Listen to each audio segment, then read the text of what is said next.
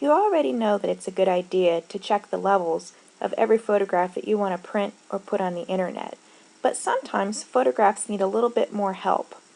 Today I'm going to show you something called shadows and highlights. Let's go ahead and open an image to work with.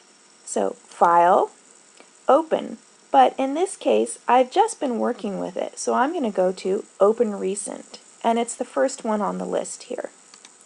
It is a photograph of a blue jay that I took in Washington State.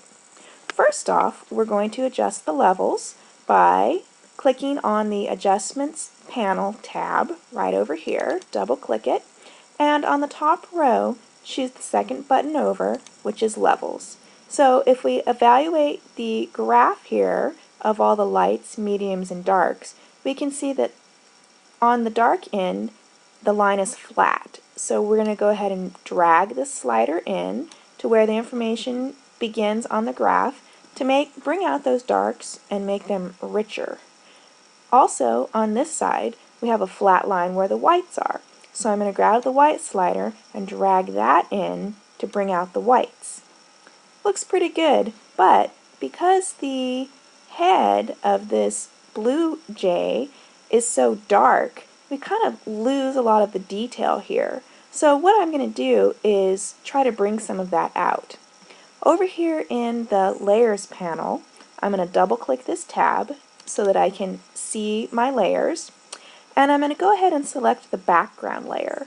It won't work properly, the shadows and highlights feature, unless I have the background selected. So I'm going to go up to the Image menu and choose the second one down, which says Adjustments, and then on that pop-out list I'm going to choose Shadows and Highlights. The default setting for the shadows up here at the top is 50% brighter, but I actually think that 50% is too much. It makes this photo look fake. So I'm going to take this slider and back it off and just use my judgment until I think that it looks good. And I'm going to stop at about 30. That looks pretty good to me. And click OK. So one thing I want you to notice is over here in the Layers panel, when we did the adjustment layer for levels by using the Adjustments panel tab, we actually got a separate layer. And we can change our minds about that and throw that away or click on it and readjust it. But the adjustments that I just made by going to the Layers menu, those are permanent. So there's no going back once you've made those changes. So you have to be sure that that's what you want to do. Now I'm going to save this image. So I'll go ahead and go to File, Save, and I'm going to call it Blue Jay. And because I want to keep the layers intact, this is the one I might want to print, and I don't want there to be any compression. So I'm going to go ahead and leave it as a Photoshop document. And OK. Now, I also want to put this image on the web, so I want it to be a little bit smaller.